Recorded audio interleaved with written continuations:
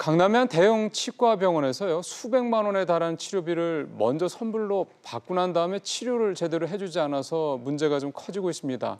치료를 안 해주면 돈을 돌려주면 사실 큰 문제가 없는데 돈을 돌려주라고 소비자원까지 좀 분쟁 조정 결과를 내놨는데 이 병원에서는 돌려주지 않고 있습니다. 아직도 우리는 치료를 하고 있다, 이게 그 이유라고 하는데요. 하지만 소비자들은 수백만 원이 들어간 상태에서 치료도 못 받으면서 계속 이게 붙들려 있으니까 발만 동동 구르고 있는 그런 상황입니다. 손정혜 변호사와 함께 이게 어떻게 봐야 되는 건지, 이 피해자들은 어떻게 대응을 해야 될지 조금 더 자세히 좀 얘기를 들어보겠습니다. 변호사님, 어서 오십시오. 안녕하세요.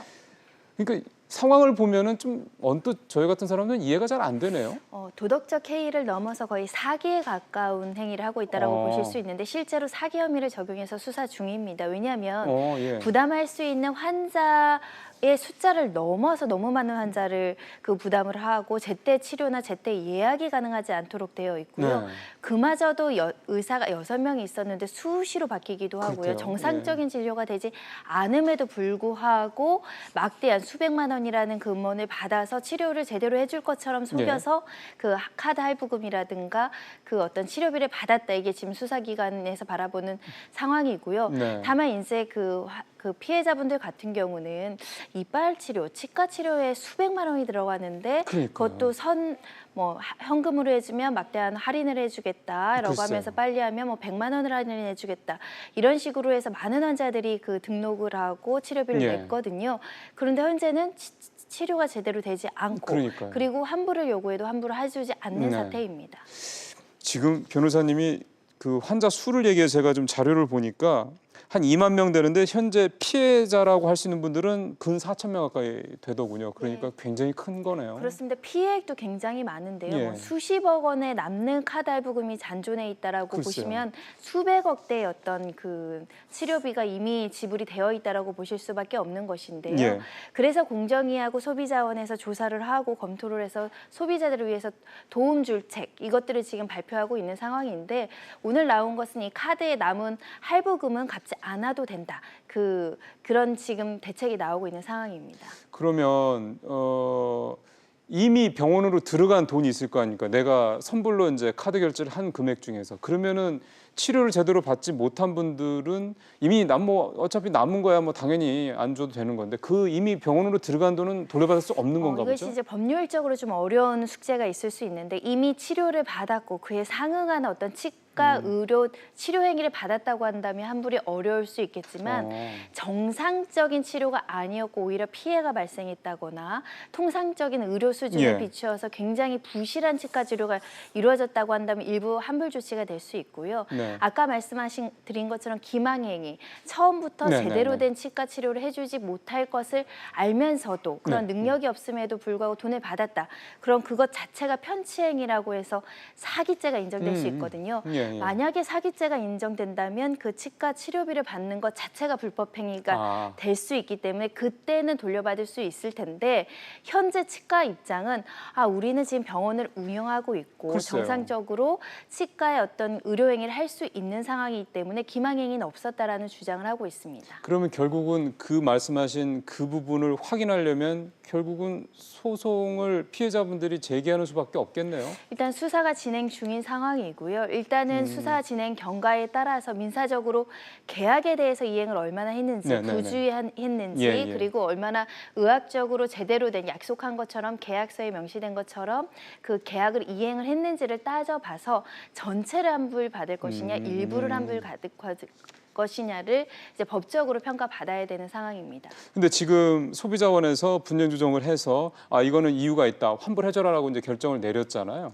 근데 좀 아까 변호사님도 말씀하셨던 것처럼 병원 측에서는 우리 아직도 의료행위하고 있다, 병원 운영하고 있다, 그래서 돌려줄 수 없다, 이렇게 얘기하는데, 근데 이거 사실 객관적으로 보더라도 제대로 치료를 못 받고 있는데 환자들이 이 상황에서 병원이 환불을 안 해주는데, 이게 병원 나름대로 환불을 안 해주는 나름의 근거가 있을 거 아닐까요? 일단은 병원으로서는 조금 부실한 부분은 있겠지만 개선하고 약속한 어떤 치료는 이행할 수 있는 능력이 있다라고 주장을 하는 것이고요. 예. 다만 소비자들은 지금까지의 어떤 여러 가지 경위를 봤을 때 믿을 수 없다. 그리고 네, 글쎄요. 믿고 맡겨서 내 이발이나 뭐 어떤 의료행위에 예, 예. 대해서 할 수 없기 때문에 계약을 파기해야 된다는 주장이 상치하고 있는 상황인데요.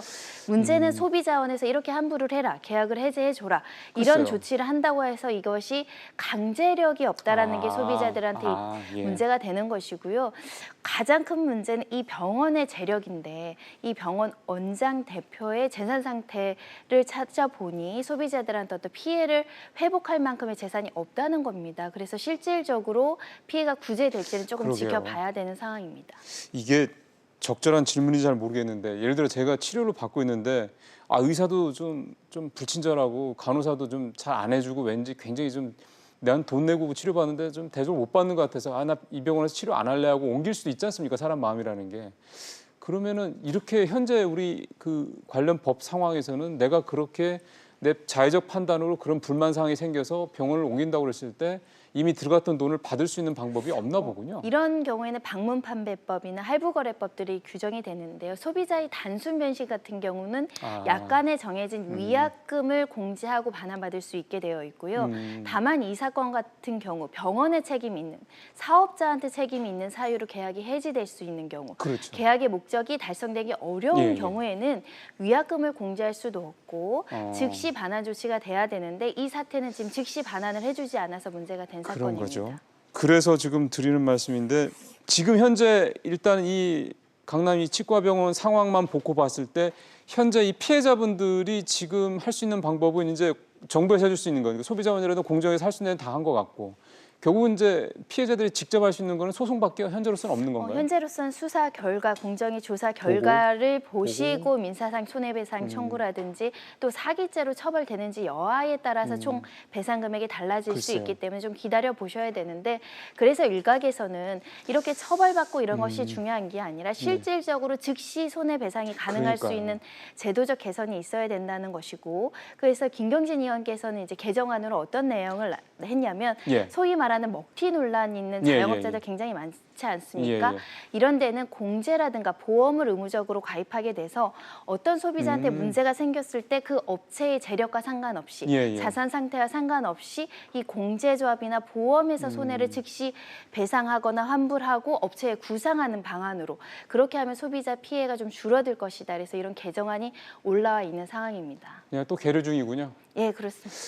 통과가 잘 안 돼서. 근데 오늘 사실은 변호사님 어차피 오셨으니까 하나만 좀 더 여쭤보고 싶은 게 이게 병원뿐만이 아니잖아요. 사실 아마 많은 시청자분들이 헬스장 뭐 얘기도 있을 거고 그다음에 골프장도 있었고 상조업체도 있었고 이런 비슷하게 선불로 얼마를 내고 난 다음에 나중에 서비스 제대로 못 받아서 그 회사가 없어지거나 폐업하거나 이래서 이런 일들이 사실 매년 반복적으로 일어나거든요. 이게 이제 선불 할부금의 문제인데요. 보통 네. 계약이 2년, 3년, 5년 장기 계약을 체결하는 경우가 있는데 중도의 회사의 사정에 의해서 폐업을 한다거나 그러니까요. 누군가 책임지지 않고 계약이 이행이 안 됐을 때 중도의 계약을 해지하고 소비자들이 피해를 복구해야 되는데 그런 부분들이 제도적으로 미비하기 때문에 지속적인 어떤 제도 개선의 목소리가 있는 것이고요. 예. 관련된 법에는 환불 조치를 게을리하거나 불이행한 경우 형사처벌 규정도 있는 법률 조항이 있습니다. 그런데 이 사업주를 처벌하는 것보다 더 중요한 거는 소비자가 실질적으로 환불받을 수 있도록 그렇죠. 배상받을 수 있도록 하는 게 더 중요하기 때문에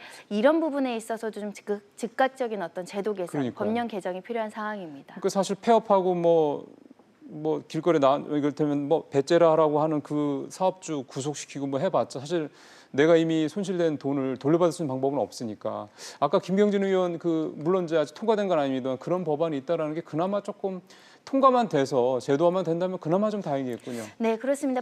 조속히 개정되길 바라는 마음이고요. 지금 상황에서도 장래 할부금만 나가지 않을 뿐이지 현재까지 매달 나간 카드 할부금에 대해서는 지금 책임지는 방법이 법률적인 어떤 분쟁, 판결로 예, 가서 그리고 판결이 나더라도 또 강제 집행이 되는지는 또 다른 문제거든요. 예. 그러다 보니까 소비자 보호에 미흡하다. 소비자 어떤 네. 더 강력한 수단이 나와야 된다라는 목소리가 큰 상황입니다. 우리는 언제까지 이렇게 좀 자꾸 이렇게 소비자들 입장에서 봤을 때는 참 당하고만 살까요? 좀 이런 것들이 좀 안정되게 그게 큰 돈이든 작은 돈이든 소비자들 입장에서 이런 제도가 좀 만들어져야 될 텐데 이 뭐 병원 사건도 그렇지만 지금 말씀하셨던 헬스클럽, 골프장 이런 거 보더라도 참 아직도 그런 부분들이 참 미비하네요. 알겠습니다. 변호사님 말씀 잘 들었습니다.